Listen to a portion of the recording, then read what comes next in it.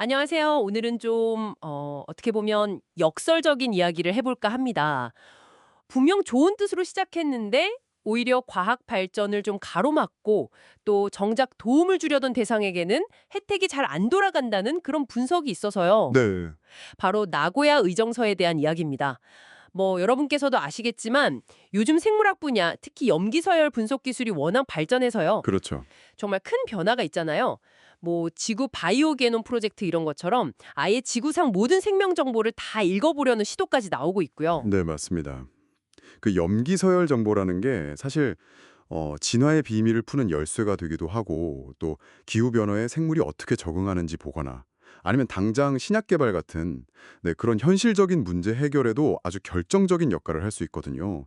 가능성이 정말 무궁무진하죠. 그런데 이런 엄청난 연구 흐름에 좀 뭐랄까 예상치 못한 브레이크, 제동을 거는 게 바로 이 나고야 의정서라는 겁니다. 이게 2014년에 발효됐다고 하는데요. 네. 각 나라가 자기 나라의 유전 자원에 대한 권리를 갖고 또 여기서 나오는 이익은 공정하게 나누자. 뭐 이런 취지 자체는 되게 좋아 보이는데 이 자료는 왜 이게 문제라고 보는 걸까요? 핵심은 그겁니다. 그러니까 의도는 참 좋았는데 이거 실행하는 방식이 현실하고 좀 잘 안 맞았다. 뭐 이런 거죠. 이 자료가 구체적인 사례들을 좀 보여주는데요. 아, 사례들이요? 네. 예를 들어서 그 2016년에 브라질에서 지카 바이러스 유행했을 때, 또 2013년에 사우디에서 메르스 터졌을 때요.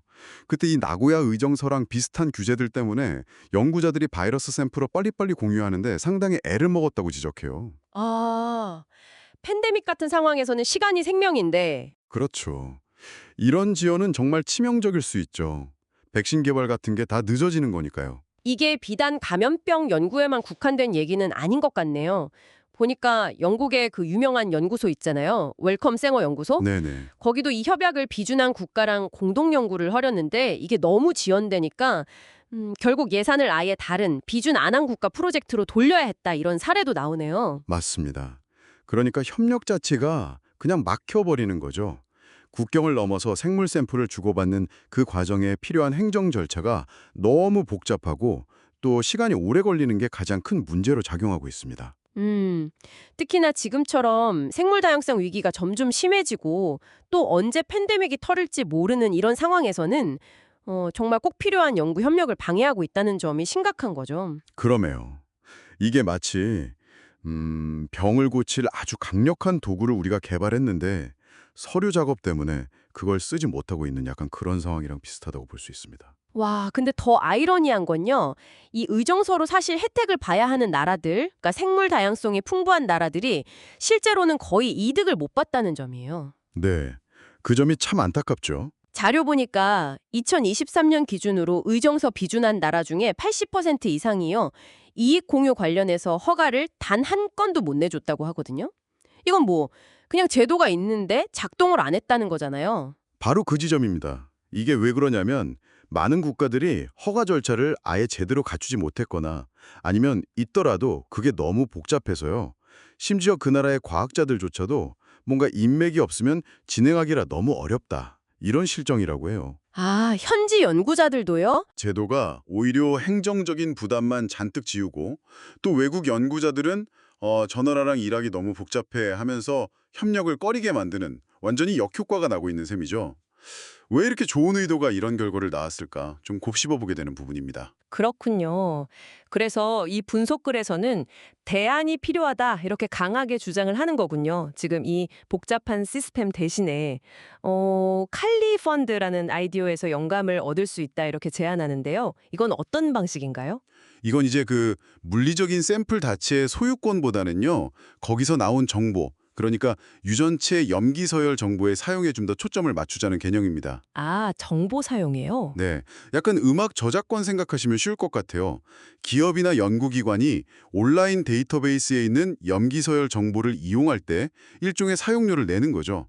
그걸 중앙기금에 모아서 그 데이터를 제공한 국가들에게 보상하는 방식입니다. 아하.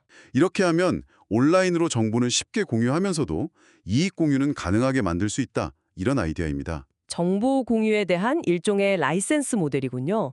흥미롭네요. 그럼 혹시 물리적인 샘플 공유에도 비슷한 접근을 해볼 수 있을까요? 네, 이 자료는 그것도 가능하다고 제안합니다.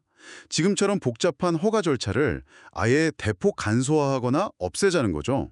특히 이제 행정력이 좀 부족한 개발도상국들의 부담을 확 줄여주자는 겁니다. 네. 그리고 그렇게 해서 만약 기금이 조성된다면 그 돈의 일부를 해당 국가의 어떤 과학기술 역량 강화 이런 데 투자하는 거예요. 그러면 그 나라들이 단순히 자원만 제공하는 게 아니라 좀 동등한 연구 파트너로서 국제 연구에 참여하는 데 실질적인 도움을 줄 수 있을 거라는 거죠. 상당히 합리적인 방안 같은데요. 정리해보자면 나고야 의정서가 유전자원의 공정한 이익 공유라는 정말 중요한 목표를 내걸었지만 현실에서는 이게 과학연구 협력을 좀 방해하고 또 정작 보호하려던 국가들한테도 실질적인 혜택을 주지 못하는 그런 딜레마에 빠졌다 이런 비판이군요. 그렇습니다. 그리고 이 문제가 단순히 뭐 과학자들만의 어려움 이렇게 볼 게 아니라는 거죠. 결국에는 생명의 진화 과정을 이해하고 또 질병과 싸우고 지구의 생물 다양성을 지켜나가는 우리 모두의 노력과 이게 다 연결되어 있는 아주 중요한 문제입니다. 네, 오늘 살펴본 이 칼리 펀드 모델처럼 데이터 공유와 어떤 금융 메커니즘을 결합하는 방식이 과연 이 공정한 보상과 또 시급한 과학연구 협력 사이에서 제대로 된 균형점을 찾을 수 있을까요? 혹시 또 이런 시스템이 우리가 예상치 못한 또 다른 문제를 낳지는 않을지 여러분께서도 한 번쯤 생각해 보시면 좋겠습니다.